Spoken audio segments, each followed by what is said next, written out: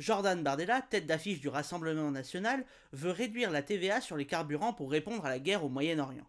Il affirme donc que c'est possible, mais en réalité c'est faux. La TVA, c'est pas un impôt comme les autres, il est harmonisé à l'échelle européenne. En clair, le droit européen prévoit plusieurs choses, les taux et ce qui est concerné par ces taux. Oublions les petits taux particuliers et considérons d'abord le taux réduit à 5,5%. Il concerne globalement les produits de première nécessité tels que la nourriture, l'eau, etc. Je vous épargne évidemment les cas particuliers.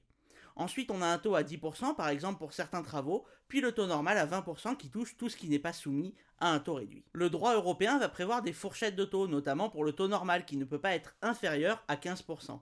Chaque État membre fait ensuite son choix mais ne peut pas descendre en dessous. C'est une harmonisation qui définit un minimum, pas un maximum. Dans le même style, on pourrait avoir des produits de première nécessité à 20%. Le taux réduit est une possibilité, pas une obligation.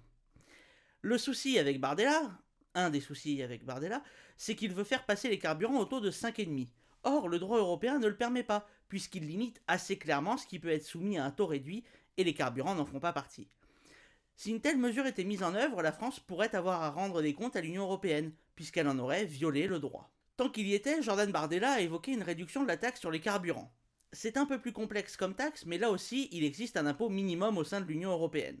À partir de ce minimum, les États peuvent faire globalement ce qu'ils veulent, en rajouter ou pas.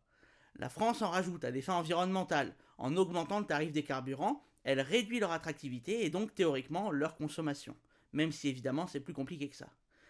Il semble ainsi possible d'agir en partie sur cette taxe en modifiant la loi, mais les faits restent certainement réduits et les débats bien trop longs pour pouvoir réagir assez vite à la situation posée par les conflits actuels.